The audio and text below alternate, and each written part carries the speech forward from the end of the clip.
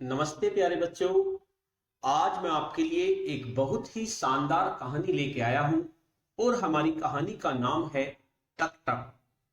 ये कहानी लिखी है विद्या प्रधान ने और ये प्यारे प्यारे चित्र बनाए हैं रेशमा बर्वे ने।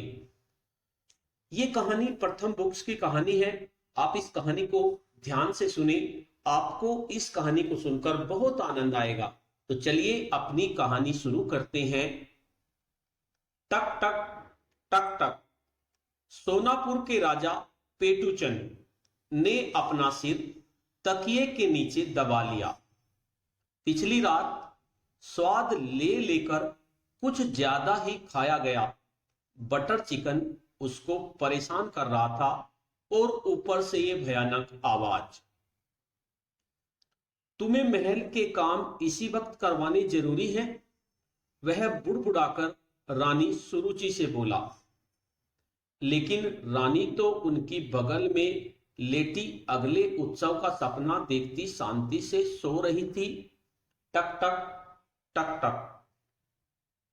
क्या बकवास है? पेटूचंद ने कहा। मैं राजा हूं और मैं इस टक टक की आवाज को फौरन बंद करने का हुक्म देता हूं। वह उठे और अपनी तोंद पर राजसी कमरबंद कसते हुए द्वार खोला। संतरी घबराए से इधर उधर देख रहे थे। यह क्या शोरगुल हो रहा है? राजा ने गुस्से से अंगरक्षकों से पूछा। श्रीमान, हमें पता नहीं, अंगरक्षक कांपते हुए बोले। हम इस शोर मचाने वाले की तलाश कर रहे हैं, लेकिन अभी तक कोई मिला नहीं है। बेवकूफ, राजा धीरे से बड़बड़ाए। अगर तुम लोगों ने अगले 5 मिनट के अंदर उसे ढूंढ नहीं लिया तो मैं तुम्हें सबको नौकरी से निकाल दूंगा। वह चिल्लाई। टक टक टक टक। रक्षकों ने तुरंत सेनापति रणवीर सिंह को बुलाया। वह 6 फुट लंबा और 3 फुट चौड़ा था।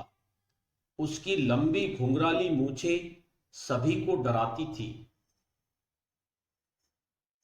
साहब, मेहरबानी करके जरा इस टक टक की आवाज करने वाले को ढूंढने में हमारी मदद करें, नहीं तो हम सब की नौकरी चली जाएगी। संतरी गिड़गिड़ाए। बेवकूफ, रणवीर बुदबुदाया। उसने सिपाहियों की एक टोली बनाई। टक टक टक टक। तैयार जवान, जाओ और फौरन इस घुसपैठिए को ढूंढ निकालो, उसने आदेश दिया। वे महल के चारों तरफ ढूंढते रहे, ढूंढते रहे, ढूंढते रहे। उन्होंने सारी खिड़कियों में झांककर सोते हुए बच्चों को डरा दिया, तमाम बक्सों को खोला और सभी दरवाजाओं को ठकठकाया।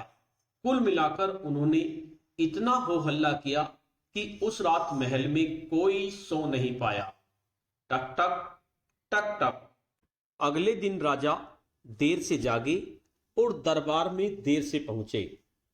उनके सामने पहला मामला पेश किया गया। 2 लोग एक गाय पर अपना अपना अधिकार दिखा रहे थे। यह मेरी है, पहले व्यक्ति ने कहा। नहीं, मैं इस गाय का दूध 2 सालों से दूह रहा हूं, दूसरे ने कहा। अच्छा जी, मैं तो इस गाय के दूध की बनी हुई मिठाइयां 3 साल से देवी को चढ़ा रहा हूं, पहले ने कहा। मेरा सिर दुख रहा है, राजा ने प्रधानमंत्री चिंतामणि से कहा। रात को खाया मुर्गा अभी तक पेट में कुड़कुड़ कर रहा है। ऐसा करो, गाय के 2 हिस्से करके दोनों को आधा आधा दे दो। मैं उनकी शिकायत नहीं सुनना चाहता। ओहो महाराज, बात यह है कि झगड़ा गाय को लेकर है, चिंतामणि बुदबुदाया। उसके 2 हिस्से करना कोई समझदारी की बात नहीं।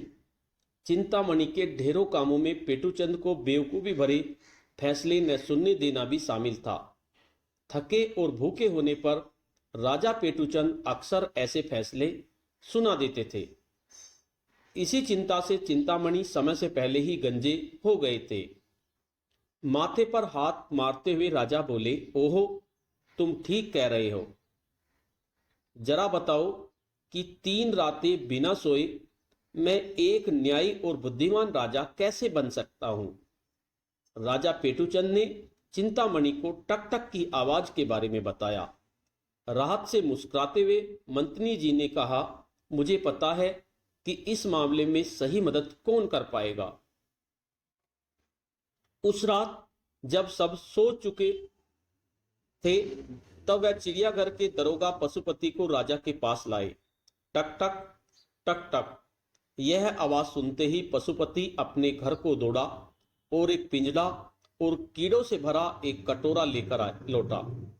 पशुपति ने शाही बढ़ई से वहां पर एक छेद करवाया जहां से आवाज सुनाई दे रही थी। उसने कीड़े से भरा बैग छेद के पास रख दिया। सभी लोग जरा पीछे को हट जाएं। सन्नाटा छा गया। लंबी पीली चोंच वाला एक लाल और भूरा पंछी फुदक कर छेद से बाहर निकला और कटोरे में कूद गया। खटाक, पिंजरा पंछी पर आ गिरा। राजा ने आश्चर्यचकित होकर कहा, इतना नन्हा सा पंछी और इतना जोर का शोर। आप सबका धन्यवाद, आपने देश की बहुत बड़ी सेवा की है। अगली सुबह तरोताजा राजा जल्द ही दरबार में पहुंच गए। चिड़ियाघर का दरोगा पशुपति राजा के साथ पहुंच गया। महाराज, मैं इस पंछी को नहीं रख सकता। क्या हुआ? राजा ने पूछा। टक टक की आवाज से चिड़ियाघर का एक भी जानवर रात भर सो नहीं पाया। अब सब जानवर सो रहे हैं और चिड़ियाघर देखने आए बच्चे जानवरों को सोता देख बेहद दुखी हो रहे हैं। राजा ने कहा। वह सोच रहा था कि पंछी के अच्छे टिक्के बन सकते हैं या नहीं। चिंतामणि ने मजबूती से कहा, नहीं महाराज, हम पंछी को मार नहीं सकते। वह राजा के विचार अच्छी तरह समझ लेता था। यह बहुत ही दुर्लभ पंछी है और भाग्यशाली माना जाता है। राजा ने पूछा, तो फिर इसका क्या किया जाए? अगर जानवर यह शोर नहीं झेल सकते तो मेरी प्रजा भी यह शोर बिल्कुल नहीं झेल सकती और हमारे देश के लोग उम्मीदें नहीं रह सकते। दूसरा मंत्री हिम्मत करके आगे आया। महाराज, मैं इस पंछी को रखना चाहता हूं। मेरे यहां हाल ही में लड़का हुआ है जिसके रोने के कारण हम रात भर जगे रहते हैं। ओहो, चिंतामणि चिल्ला उठा, हमें इस पंछी के लिए कोई सही जगह खोजनी होगी। हमें टक टक पंछी के लिए ऐसी जगह तलाशनी चाहिए जहां कोई भी रात भर सोता न हो। मुझे उपाय मिल गया है।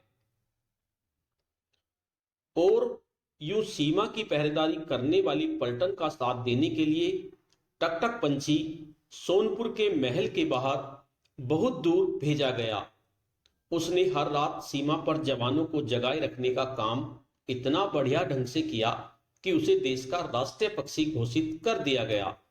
सैनिकों की चुस्ती के कारण राजा के दुश्मन सोनापुर के पास भी नहीं भटक पाते थे। वे भुनभुनाकर कहते कि इस देश का नाम सोनापुर के बजाय जागपुर रख देना चाहिए। तो बच्चों, आपको कहानी कैसी लगी? बच्चों, कोई भी चीज अनावश्यक नहीं होती, उसका कोई ना कोई फायदा होता है। जिस तरह से टक टक पंछी की आवाज से सब परेशान थे, लेकिन टक टक पंछी की आवाज की वजह से सोनापुर के पहरेदार जागते थे और उसकी रक्षा होती थी। अपनी कहानी को, आपको इस कहानी से क्या सीख मिली और इस कहानी को अपने शब्दों में अपने साथियों को सुनाओ। अब जल्द ही नई कहानी में मिलते हैं, तब तक के लिए धन्यवाद।